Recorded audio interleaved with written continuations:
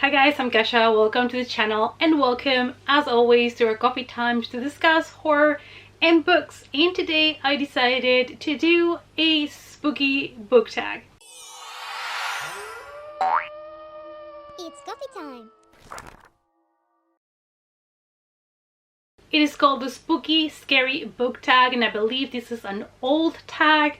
I have seen Hardback Hoarders do it back in the day and I absolutely love her channel, but I believe the original creator of it was Clara Fox, so I will leave the channels down below for you, as well as the questions in case you want to do the tag yourselves. And without further ado, let's try and take a look at the 8 questions. Alright, let's go with the first one. It says, what goes bump in the night?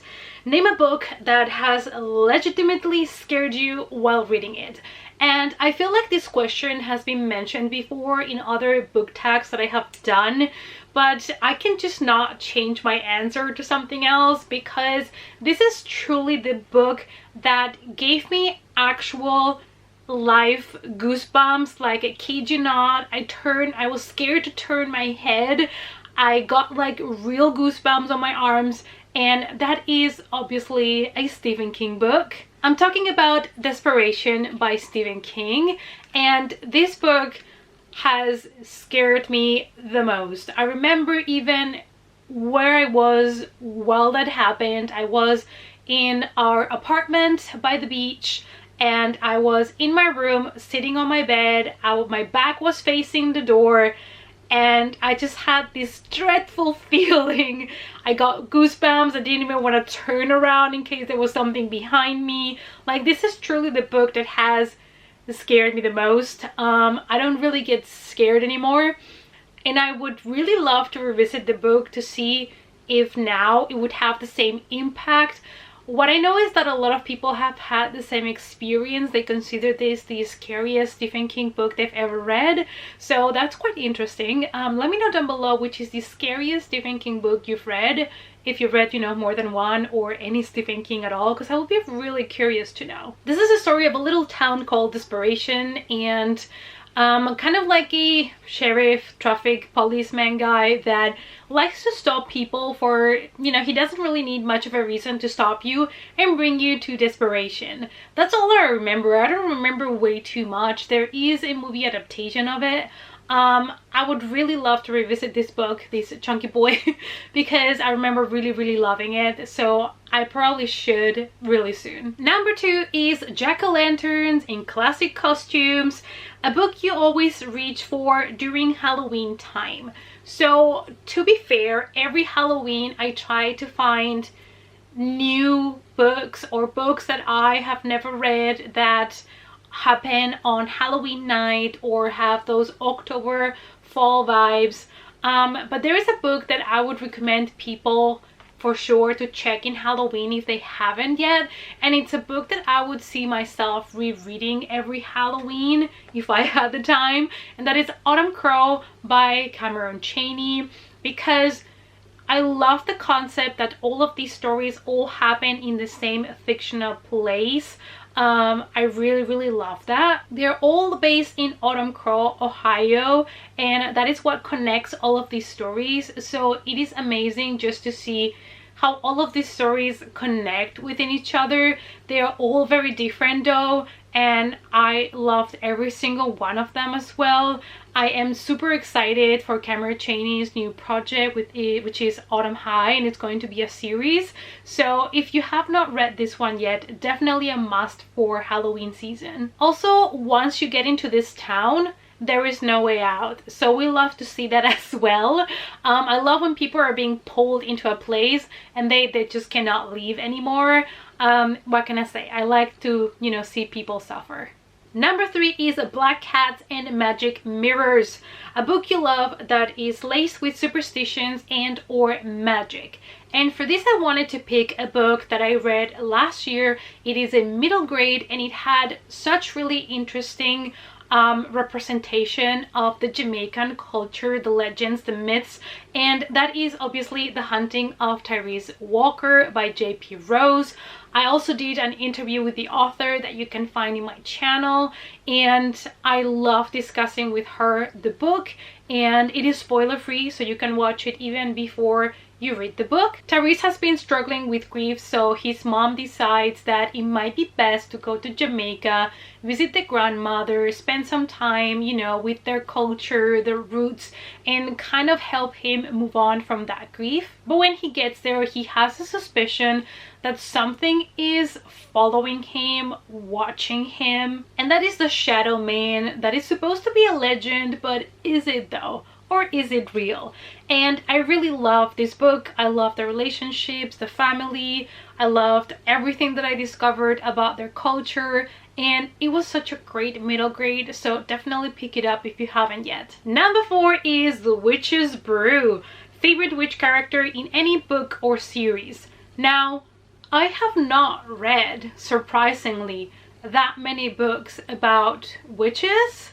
I feel like because most of those books are more on a fantasy side than horror, and you guys know I have a soft spot for horror, but there was a book that I read also last year that pleasantly surprised me, and that is A Perfectly Preventable Death by Deidre Sullivan.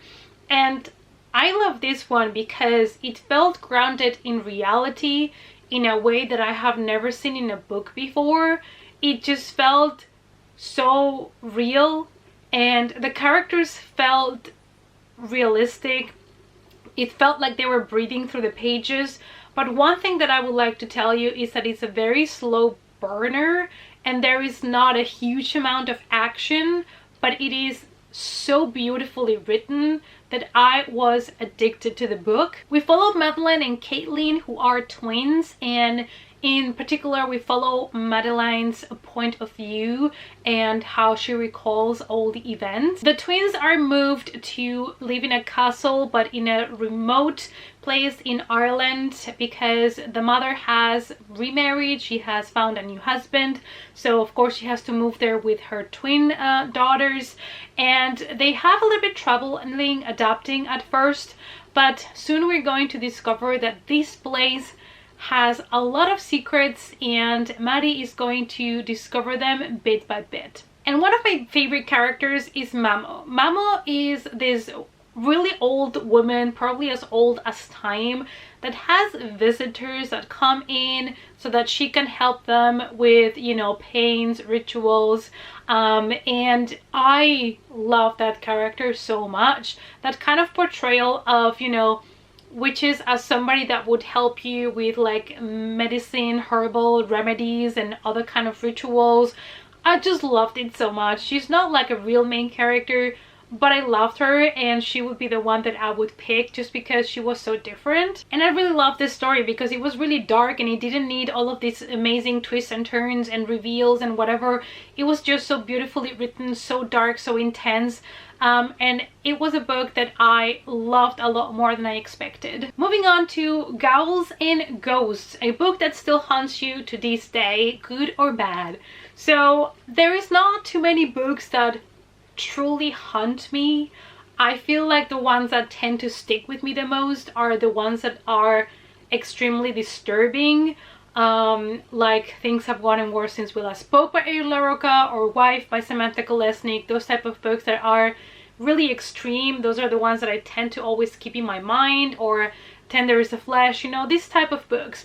But there's also another book that I keep going back to whenever I think to messed up things, and that is Dollhouse by John Hunt. I did not expect to love this book as much as I did, but at the same time the story still haunts me a little bit because it is absolutely atrocious, disgusting, messed up. It is a lot. It had the same vibes of this movie that I watched that was really disturbing called Ghostland, but I also really enjoyed that movie. So this one, you know, be aware of all the trigger warnings, but if you're looking for messed up books, this one is probably one that you would like to look into. Olivia is starting college, and the first night in campus she decides to go out for a walk, and then a van comes around and basically kidnaps her. And we also follow, on the other hand, her father trying to look for her. So you're kind of going through seeing it from her perspective as having been kidnapped, and also the family trying to find her. But that is just the tip of the iceberg. Everything you're going to discover is just going to be traumatizing to you. It just is a book that also escalates as you go, so do look into trigger warnings before you go into this one, but definitely it's a book that I'm never gonna forget. Number 6 is Haunted Graveyard. You're all alone in a haunted graveyard and you get one book to give you comfort. Which is it? And to be honest, again, I would have to repeat myself here so much, because I think I would go for something that I know from my teenage years, like Needful Things by Stephen King. I think that story really gives me a lot of comfort. It's a town where, you know, a new store opens up called Needful Things, and if you go there, you're going to find exactly what you're looking for, what you've always wanted your whole life, or that collectible item you've always wanted, but everything comes with a price. I love that book so much. If it's not horror, obviously I could read Heartstopper. That is extreme comfort for me.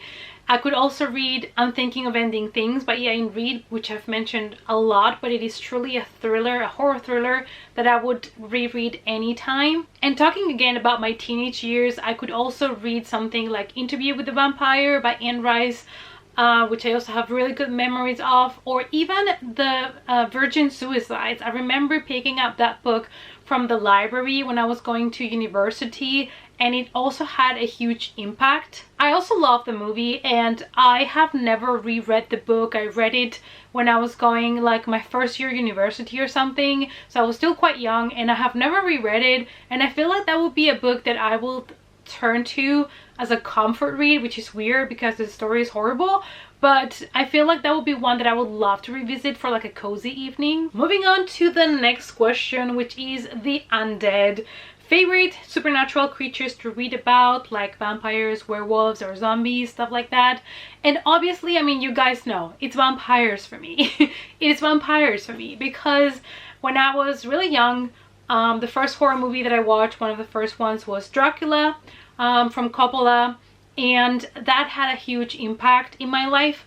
That made me fall in love with blood, and I started having nightmares about vampires. But the thing is, I enjoyed those dreams, so for me they were nightmares that I enjoyed. Then I also read Interview with the Vampire, and I was always a lot in contact with things about vampires, and I absolutely loved it. So they're always gonna have a special place in my heart. I love Buffy, like a lot of things that include vampires. But I do love other creatures like zombies and werewolves. I feel like werewolves need to be explored more because they are such cool creatures. And zombies, they have been overdone a little bit, but I still enjoy reading about them. But for me, you know, Dracula, also the book by Bram Stoker, is my favorite classic, so I have to go with vampires. And last but not least, let's go to the last question, which is In the Dead of Night. Pick a book with a black cover. And following up the trend of vampires, I have here for you The Strain trilogy by Guillermo del Toro and Chuck Hogan. And I feel like this book needs a lot more love, the trilogy in general, because this is such a cool take on vampires and I absolutely love it. I'm also, you know, I'm gonna recognize I'm a sucker for Guillermo del Toro. Everything he touches, I'm gonna love it. It's just truth. We follow a Boeing 777 that arrives to the airport, and they had previously lost communication with the plane, and when they land, everything is closed, like all the window curtains, everything. They don't know what's happening, and they are scared to go into it and figure out what happened with the crew and with the passengers. So they call for a team that investigates biological threats to go into the plane and try to figure out what happened to the crew, if people are alive, if not, what's going on. So that's how it kind of starts, and yeah, it just escalates from there, obviously. And I loved it so much because, like I said, it just brings a new concept when it comes to vampires, and I love when books can do that, because the classic vampire has been overdone a little bit, which, you know, nothing wrong with it. A good, well-written book about classic vampires, I'll take it any day as well. But I appreciated that they tried to give us something different, and after you binge the trilogy, there's also a great TV show that you can watch, so it's a win-win for everybody. Alright, you guys, so these were my answers to the spooky, scary book tag. I hope that you enjoyed it. I hope you had a good time. If you want to do it yourself, I'm gonna leave, like I said, the questions in the description box down below. Thank you guys as always so much for watching, and I hope to see you all in the next coffee time. Bye!